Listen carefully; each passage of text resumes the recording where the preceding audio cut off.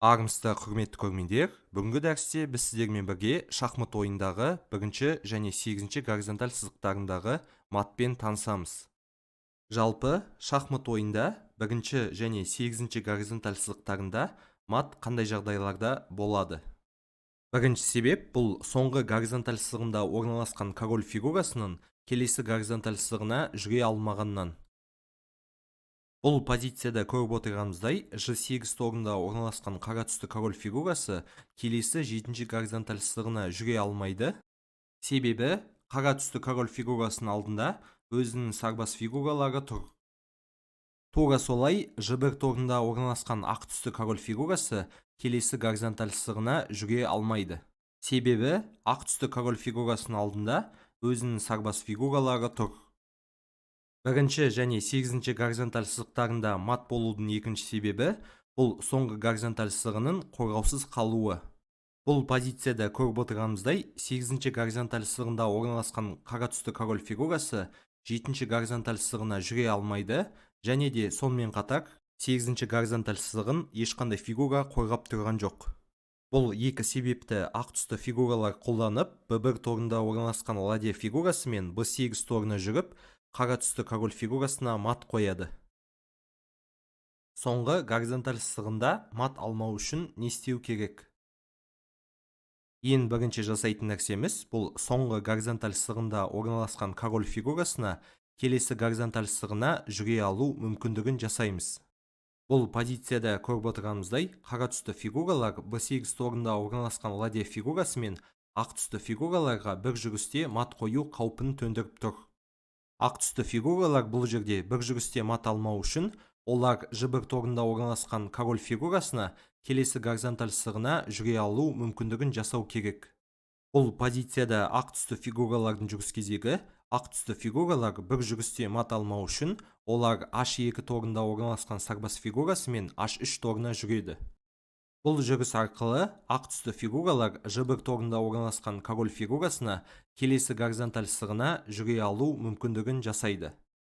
Енді қара түсті фигуралардың жүріс кезегі, бұл жерде қара түсті фигуралар B8 торында орналасқан ладья фигурасы мен ақ түсті фигураларға бір жүрісте мат қоя алмайды. Себебі, ладья фигурасы B1 торына жүретін болса, онда ақ түсті фигуралар король фигурасы мен келесі горизонталь сызығына өтіп кетеді. Соңғы горизонталь сызығында мат алмау үшін жасалатын екінші нәрсе бұл фигурамен соңғы горизонталь сызығын қорғау. Бұл позицияда қара түсті фигуралардың жүріс кезегі, қара түсті фигуралар А8 торында орналасқан ладья фигурасы мен А1 торына жүріп, қарсылас король фигурасына шах қояды.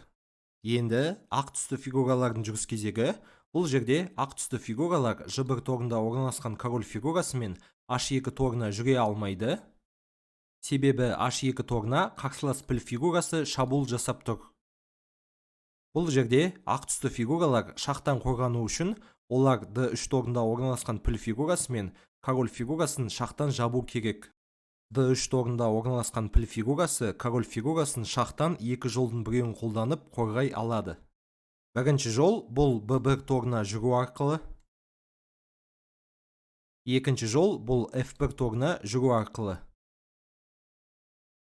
Егер ақ түсті фигуралар піл фигурасы мен B1 торына жүретін болса, онда олар келесі жүрісте мат алады.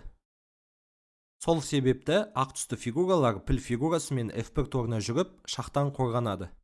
Шахмат ойында король фигурасы орналасқан соңғы горизонталь сызығының әлсіз бе жоқ па екендігіне мән беріп отыру керек. Бұл позицияда қара түсті фигуралардың жүріс кезегі, қара түсті фигуралар B8 торында орналасқан піл фигурасы мен E5 торына жүреді.